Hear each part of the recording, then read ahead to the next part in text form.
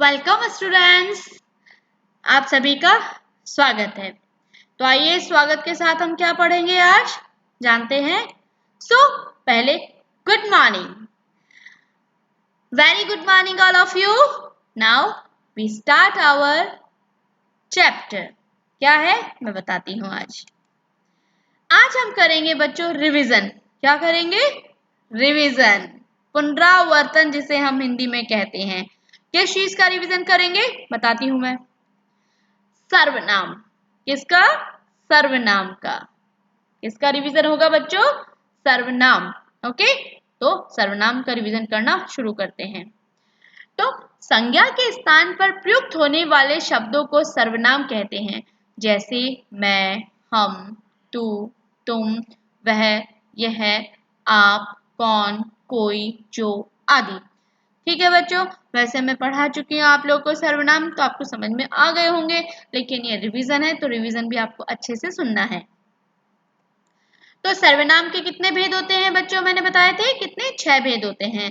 पुरुषवाचक सर्वनाम, निश्चयवाचक सर्वनाम, अनिश्चयवाचक सर्वनाम, संबंधवाचक सर्वनाम, प्रश्नवाचक सर्वनाम, निजवाचक सर्वनाम।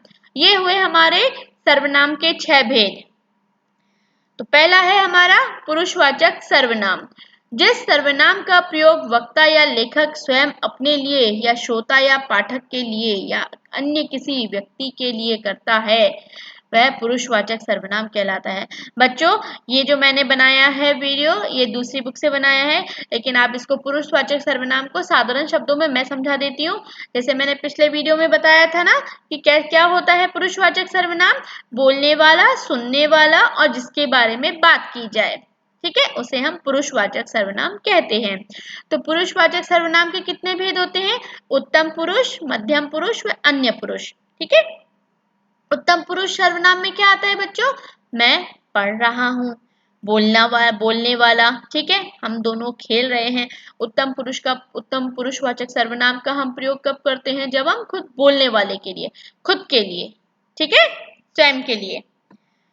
दूसरा है हमारा, यहाँ मैं और हम का प्रयोग बोलने वाले के लिए किया जाता है। भाई हम खुद बोल रहे हैं तो हम इसे क्या कहेंगे? उत्तम पुरुष कहा जाता है। तो जिस सर्वनाम का प्रयोग बोलने वाला अपने लिए करे उसे हम उत्तम पुरुषवाचक सर्वनाम कहते हैं। बच्चों यहाँ पर क्या है, जो मैंने मैटर लिया है वो दूसरी बुक से लिया है, तो आपको कंफ्यूज होने की बिल्कुल जरूरत नहीं है कि मैडम ने दूसरी बुक से कैसे पढ़ाया है। तो भाई रिवीजन तो मैं किसी भी बुक से करवा सकती हूँ ना, बस आप एक कंसेप्ट आपके क्लियर होने चाहिए। तो कुछ पुरुषवाचक सर्वनाम और होते हैं इसमें, जैसे मैं, हम, मुझे, हमारा आदि। दूसरा है हमारा मध्यम पुरुष, सुनने वाला, ठीक है, जिस सर्वनाम का प्रयोग बोलने वाला सुनने के वाले के लिए करे उसे मध्यम पुरुषवाचक सर्वनाम कहते हैं।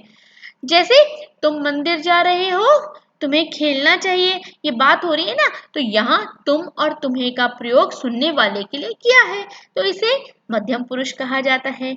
और भी हम मध्यम पुरुष जान लेते हैं कौन कौन से होते हैं। तू, तुम, तुझे, तुम्हारा आदि। ठीक है, तो लास्ट में एक रहेगा हमारा अन्य पुरुष, जिसके बारे में हम बात कर रहे हैं। ठीक है, सेकंड ले रही हूं मैं निश्चयवाचक सर्वनाम। निश्चयवाचक सर्वनाम में क्या आता है कि जो सर्वनाम किसी व्यक्ति, वस्तु आदि की और निश्चय पूर्वक संकेत करे, वे निश्चयवाचक सर्वनाम कहलाते हैं। तो उदाहरण देखते हैं हम। यह तुम्हारी पुस्तक है, वह मेरा विद्यालय है। यहाँ पर इनमें यह वह सर्वनाम शब्द किसी विशेष व्यक्ति या वस्तु आदि की निश्चय पूर्वक बोध करा रहा है ना, बता रहा है, हमें निश्चित जानकारी दे रहा है कि यह मेरी ही पुस्तक है, वह मेरा विद्यालय है। इसलिए हमने यहाँ पर निश्चयवाचक सर्वनाम का प्रयोग किया है।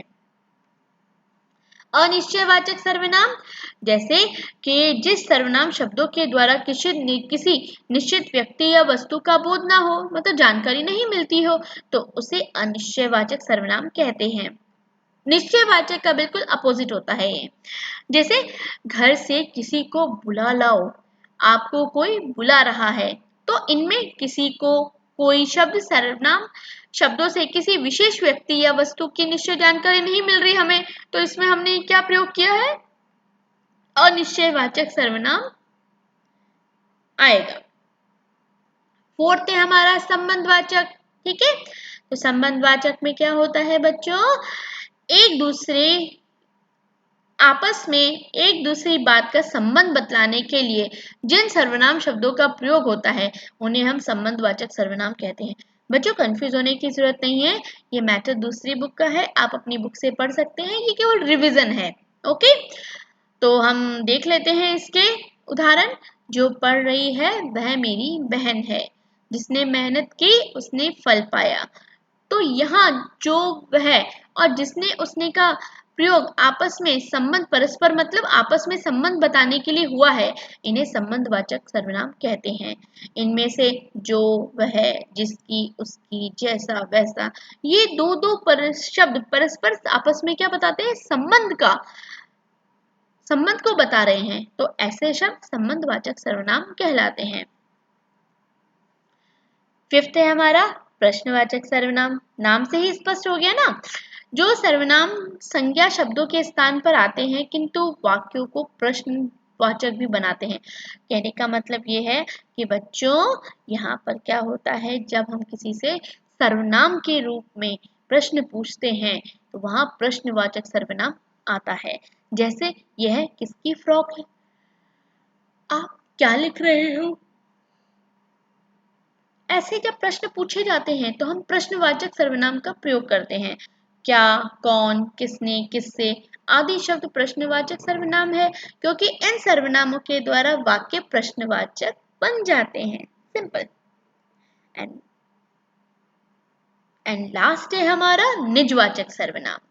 ठीक है, निजवाचक किसके लिए बताया था मैंने, जहां अपने लिए आप शब्द, अपना शब्द अथवा अपने आप शब्द का प्रयोग हो, वहां निजवाचक। कहने का मतलब यह है जब हम अपने लिए किसी चीज का प्रयोग करते हैं, सर्वनाम शब्द का प्रयोग करते हैं, तो वहां हम किसे कहेंगे, निजवाचक सर्वनाम का प्रयोग करेंगे। जैसे अपना गृह कार्य स्वयं करना चाहिए, तुम अपने आप चले जाओ, मैं अपने आप पढ़ लूंगा, मैं अपने आप नहा लूंगा। जहां पर खुद के लिए प्रयोग किया जाए वहां पर हम निजवाचक सर्वनाम का प्रयोग करते हैं।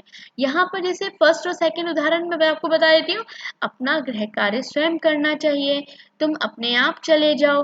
तो यहाँ स्वयं और अपने आप का प्रयोग स्वयं के लिए हुआ है, तो इसलिए यहाँ पर हम निजवाचक सर्वनाम का प्रयोग करते हैं। ठीक है,